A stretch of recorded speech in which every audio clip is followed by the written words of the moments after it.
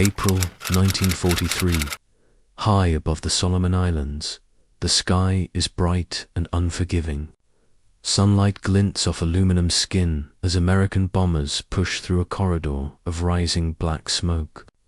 Tracer fire arcs upward, stitching the air with precise intent. A Japanese fighter pulls in close, its pilot watching as rounds strike home. An American aircraft begins to burn. Flames trail from one engine. Smoke pours from the fuselage. The bomber drops out of formation, losing altitude in a slow, controlled descent. Inside, the crew does not scatter. No sudden dives, no frantic breakaway. Parachutes remain stowed as the aircraft holds its line just long enough for others to clear. From his cockpit, the Japanese pilot watches something he has not been trained to expect. The Americans do not abandon the machine at the first sign of catastrophic damage. They fight to control it. The descent is deliberate. The behavior is measured. When the aircraft finally breaks away, it does so with order. Parachutes appear only when altitude and position allow. Even in failure, there is discipline. This moment lingers long after the engagement ends. Not because of the destruction, but because of the calm displayed inside a burning aircraft. To understand why this composure appeared so consistently in the air war over the Pacific, the larger forces shaping these encounters must be examined by the spring of 1943. The air war in the Pacific had entered a phase of brutal acceleration. The initial shock of Japan's early victories had faded, replaced by a grinding contest for air superiority over vast distances of ocean and jungle. The United States, having absorbed the lessons of Pearl Harbor, Coral Sea, and Midway, was now projecting air power forward with increasing confidence and scale. For Japanese pilots, the early months of the war had reinforced certain expectations about aerial combat. Japanese air doctrine emphasized speed, maneuverability, and offensive spirit. Aircraft like the Mitsubishi A6M0 were designed to dominate through agility and pilot skill. Survivability, armor, and redundancy were deliberately sacrificed to maximize performance. The belief was simple and deeply ingrained. The best defense was never being hit. This philosophy shaped how Japanese pilots interpreted success in combat. An enemy aircraft that was on fire was assumed to be finished. A damaged machine was expected to spiral downward, its crew either killed outright or forced into immediate escape. In the early campaigns against poorly prepared Allied forces, this assumption often proved correct. The American Air Forces that began operating in force over the Pacific were different from those Japan had encountered in 1941 and early 1942. By 1943, U.S. Army Air Forces bombers such as the B-17 Flying Fortress and B-24 Liberator were appearing in increasing numbers, supported by improved fighter cover. These aircraft brought with them a new rhythm to air combat. Engagements lasted longer. Damage was absorbed rather than immediately decisive. The operational environment itself intensified the strain. Missions often lasted hours. Crews flew at high altitude, exposed to cold, hypoxia, and constant tension. Over water, there was little margin for error. A crippled aircraft faced not only enemy action, but the vast emptiness below. Yet American air operations continued at a tempo that surprised. Japanese commanders, Japanese intercept pilots encountered formations that held together under attack. Even when individual aircraft were hit, the broader mission often continued. Bombers did not immediately scatter. Fighters stayed close. The airspace became crowded with overlapping engagements that tested endurance as much as reflex. Intelligence summaries and pilot debriefs from the Japanese side began to reflect unease. American aircraft were not behaving as expected. Fires did not always result in immediate loss. Crews appeared to delay bailout, maintaining control long enough to avoid collisions or protect others in formation. These observations did not yet challenge Japanese confidence outright, but they planted doubt. The stage was being set for a deeper confrontation between two fundamentally different approaches to air warfare. One prized individual skill and offensive aggression. The other relied increasingly on systems, training, and collective discipline. That contrast becomes clearer when attention shifts from the strategic environment to the inner workings of American aircrews themselves. The calm that Japanese pilots observed in American aircrews did not emerge by chance. It was the product of a training system designed to function under the worst conditions imaginable. From the moment American airmen entered flight training, they were conditioned to expect damage, loss, and mechanical failure as routine aspects of combat rather than exceptional events. American bomber crews trained as units long before entering combat.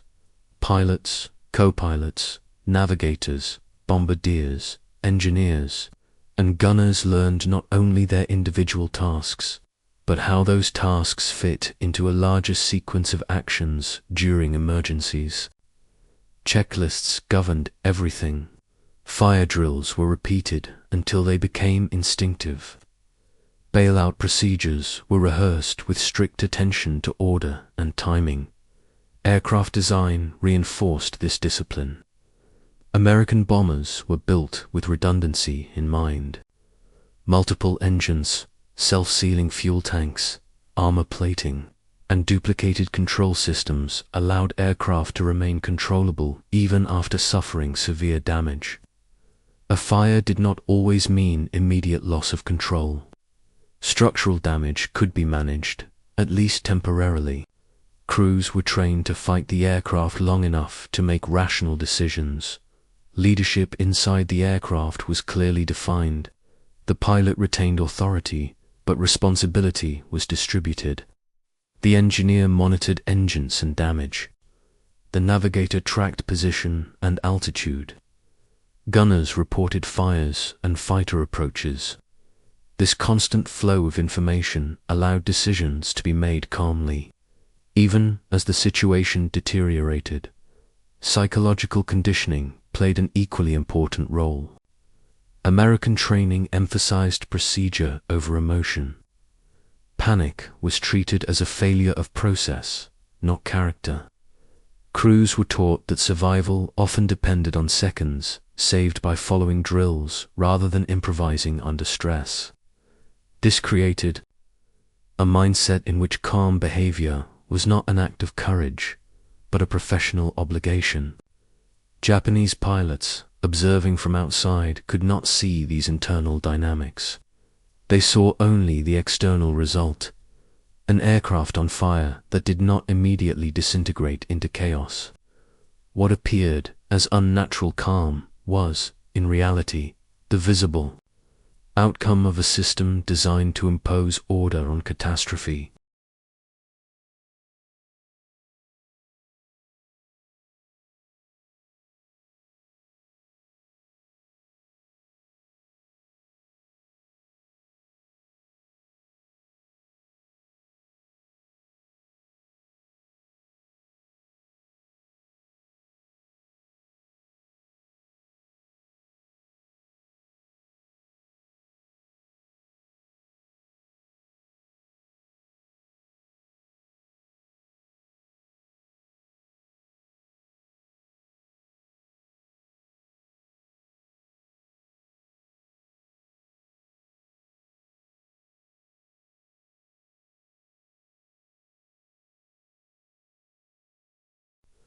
This system would soon be tested repeatedly in combat situations that forced both sides to re-evaluate their assumptions about aerial survival.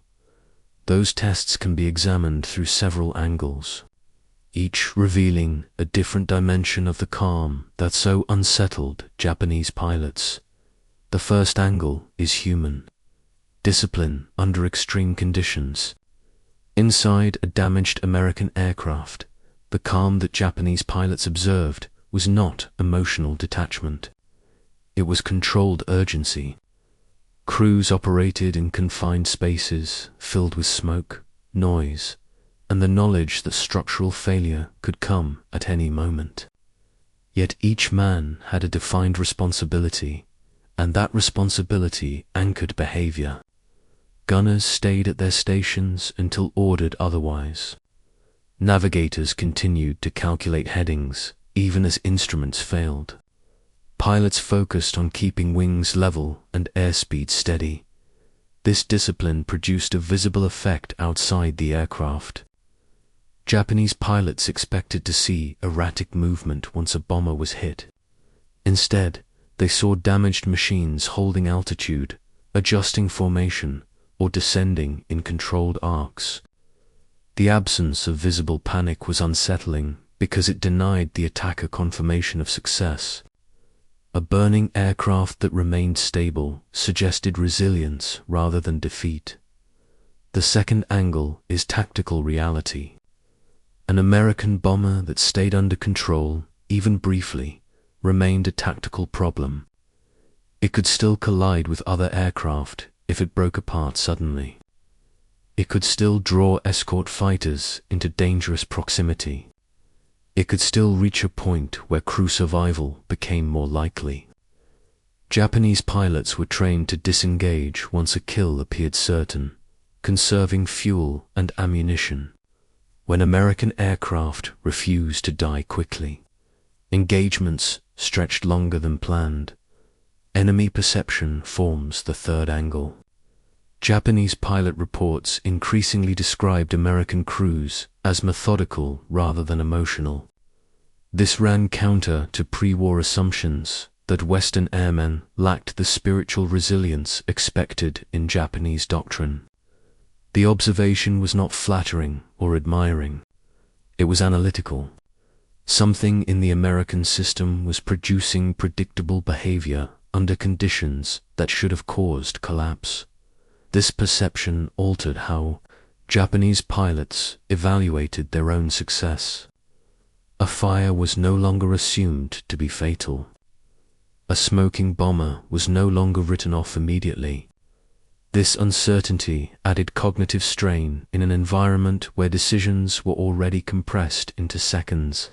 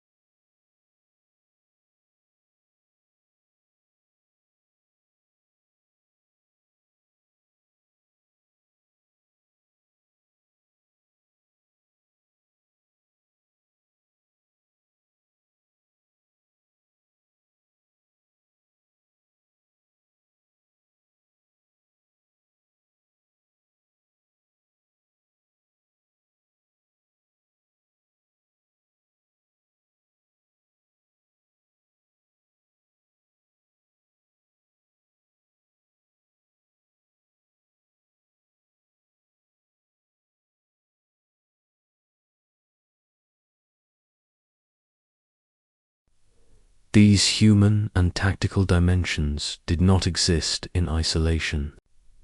They were reinforced by technology, leadership, culture, and moral expectations that further widened the gap between appearance and assumption. The fourth angle is technology, not as an abstract concept, but as something felt in the air during combat. American aircraft were built to remain controllable after damage. Control cables were duplicated. Hydraulic systems had backups. Fuel tanks sealed themselves after being punctured. Fire suppression systems, while not always successful, bought time. Time mattered. It allowed crews to think, to act, and to choose when to abandon an aircraft rather than being forced into immediate reaction. Japanese aircraft reflected a different technological philosophy. Fighters emphasized lightness and agility. Armor was minimal. Fuel tanks were vulnerable. When hit, Japanese pilots often had seconds to respond before control was lost.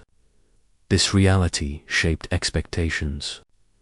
When Japanese pilots inflicted similar damage on American aircraft and did not see the same immediate result, the difference was stark.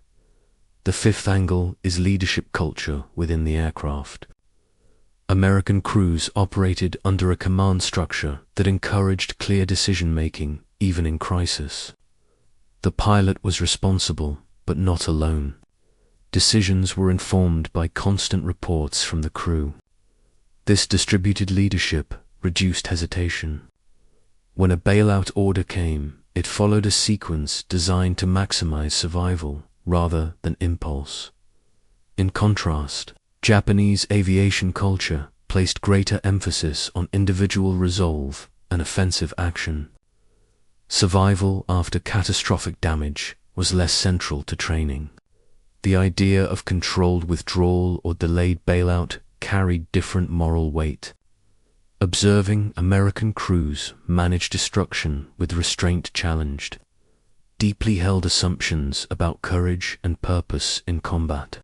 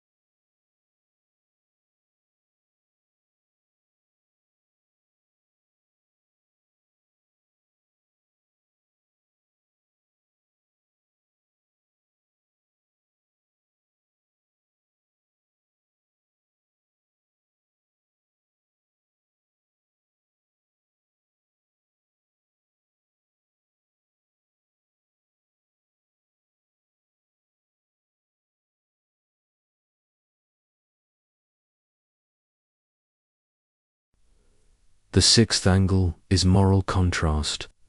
Japanese pilots were not simply witnessing technical proficiency. They were confronting a different relationship with death. American aircrews were trained to survive, if possible, to preserve trained personnel for future missions.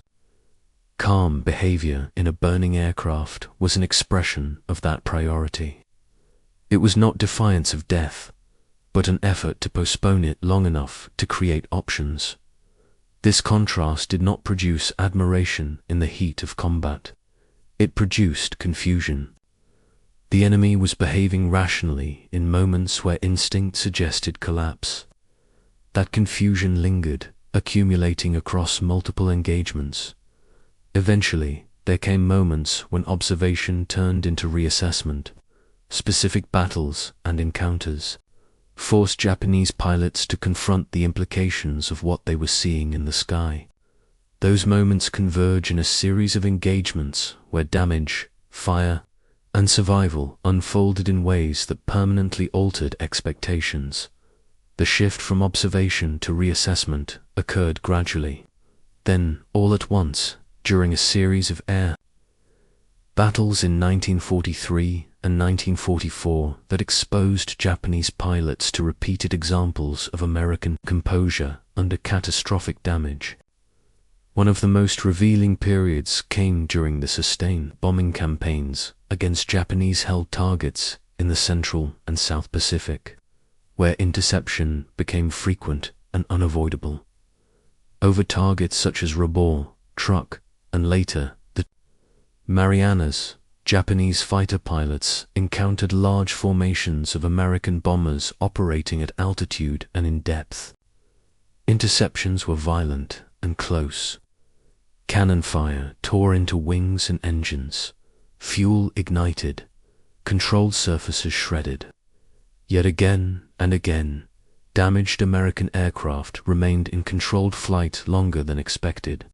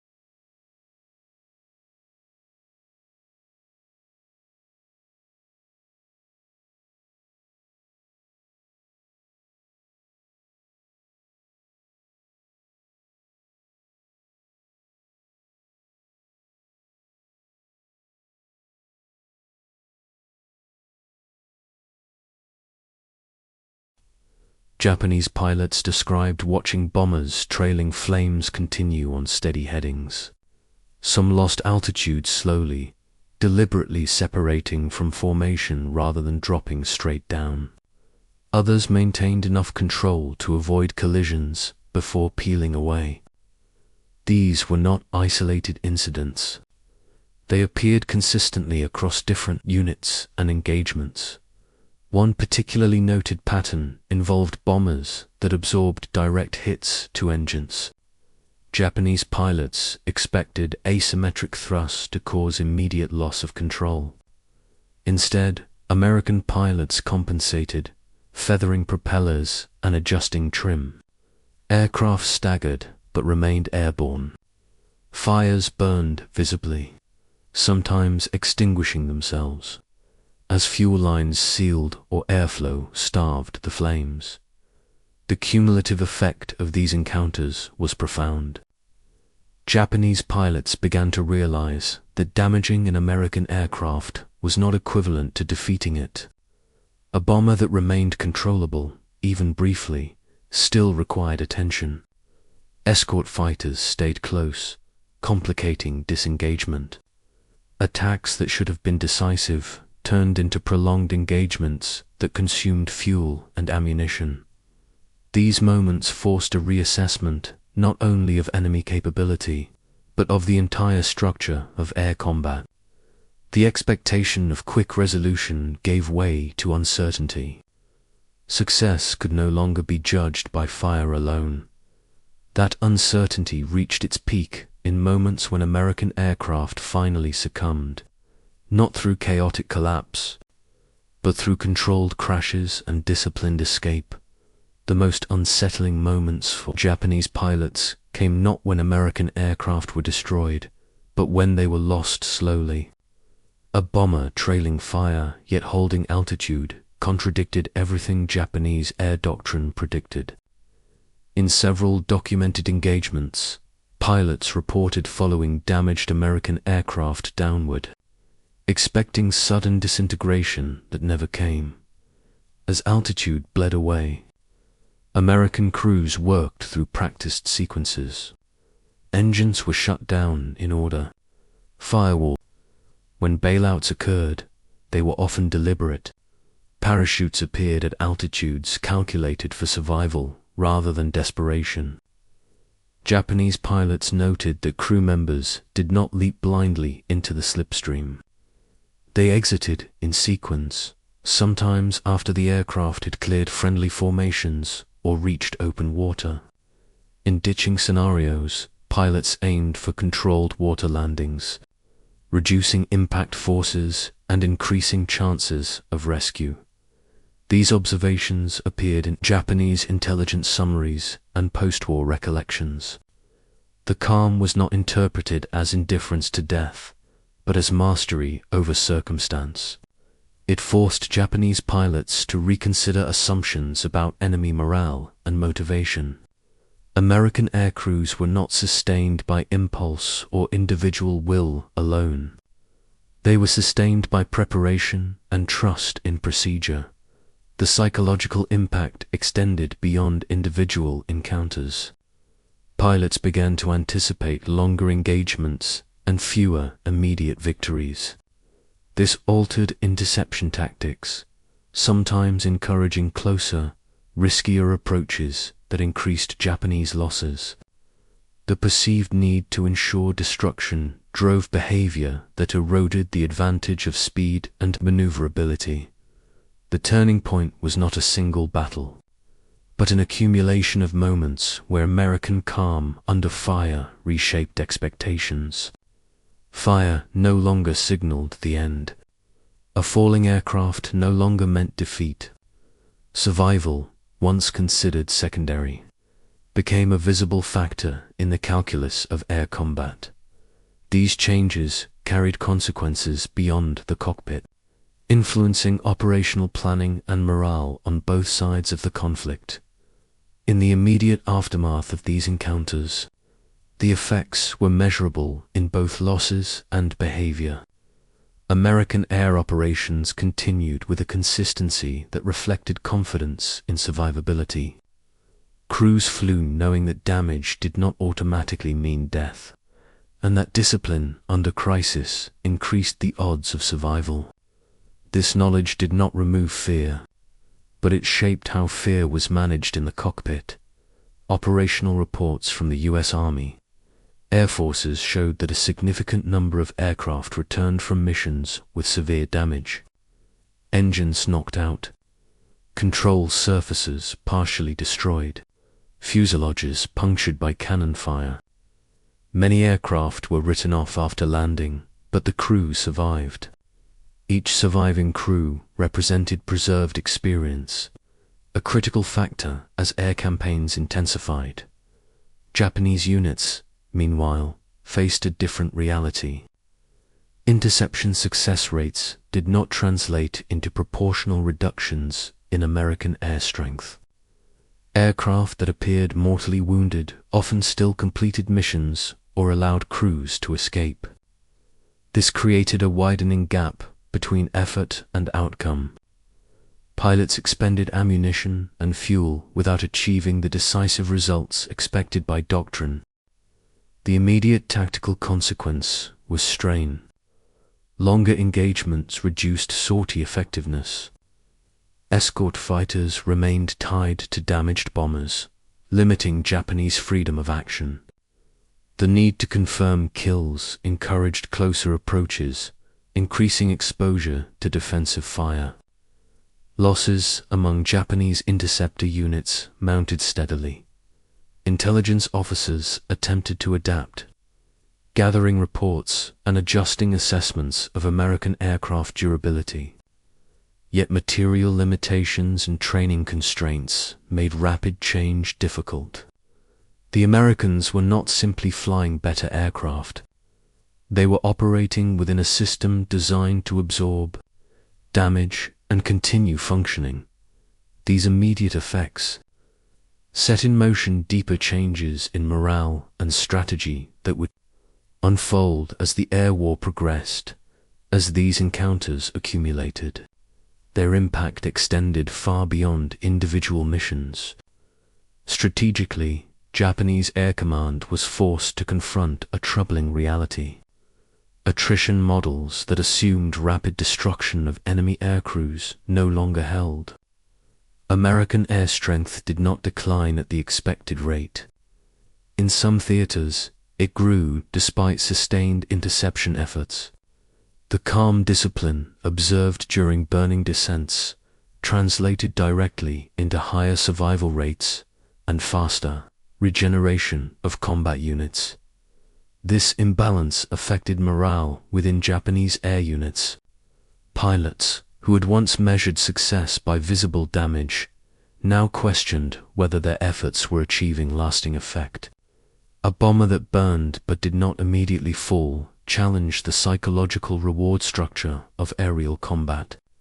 The certainty of victory in the moment of engagement gave way to doubt that lingered after landing. Operational planning shifted under this pressure. Interceptors were increasingly tasked with more aggressive approaches to ensure destruction, sometimes at the expense of safety. The risks grew. Defensive gunfire took a heavier toll. Fuel constraints limited pursuit. The calm behavior of American crews, intended to preserve life, indirectly forced Japanese pilots into more dangerous tactical choices. On the American side, the strategic benefit was cumulative. Each crew that survived a burning aircraft carried forward hard-earned experience. Veterans became instructors. Procedures were refined. Confidence spread through squadrons, not as bravado, but as trust in training and equipment. The air war became less about surviving each individual mission and more about sustaining pressure over time. Post-war Japanese analyses and memoirs frequently returned to this theme. The enemy's aircraft did not behave as expected. The enemy's crews did not react as expected. These observations were not framed as moral judgments, but as acknowledgments of a system that had outperformed its opponent under the harshest conditions. By the final year of the war, the lesson was clear. The calm displayed in burning aircraft was not an anomaly. It was a manifestation of industrial capacity, training doctrine, and an institutional commitment to crew survival. Together, these factors reshaped the balance of the air war in ways that could not be reversed. That realization invites a final reflection on what these moments in the sky reveal about modern warfare and the human capacity to impose order on chaos. The calm American aircrews displayed in the midst of burning aircraft offers a window into the evolving nature of modern warfare. It was not simply courage or luck that allowed them to maintain composure, but the deliberate result of preparation, training, and systems designed to absorb catastrophe. Each checklist followed, each engine adjusted, each measured bailout reinforced a principle that modern combat rewards discipline over impulse. For Japanese pilots, these moments were disorienting. They revealed that success in combat was not solely measured by immediate destruction, but by the capacity to survive, regroup, and continue the fight. The aircraft that remained airborne despite fire, the crew that executed procedures calmly, challenged assumptions about morale, bravery, and skill. It forced a reassessment of what it meant to dominate the sky, beyond the tactical sphere. These engagements highlight a broader lesson. War is as much about systems and resilience as it is about individual action. Technology, leadership, and psychological conditioning operate together to create outcomes that may appear astonishing to observers, but are predictable within the logic of preparation. The calm in the face of destruction becomes not an anomaly, but a signal of institutional mastery in the skies above the Pacific. The measured response of American aircrews under fire reshaped perceptions, altered strategy, and left a lasting imprint on both sides. It stands as a testament to the power of human discipline operating within systems designed to preserve life and effectiveness, even in the most violent and chaotic conditions imaginable.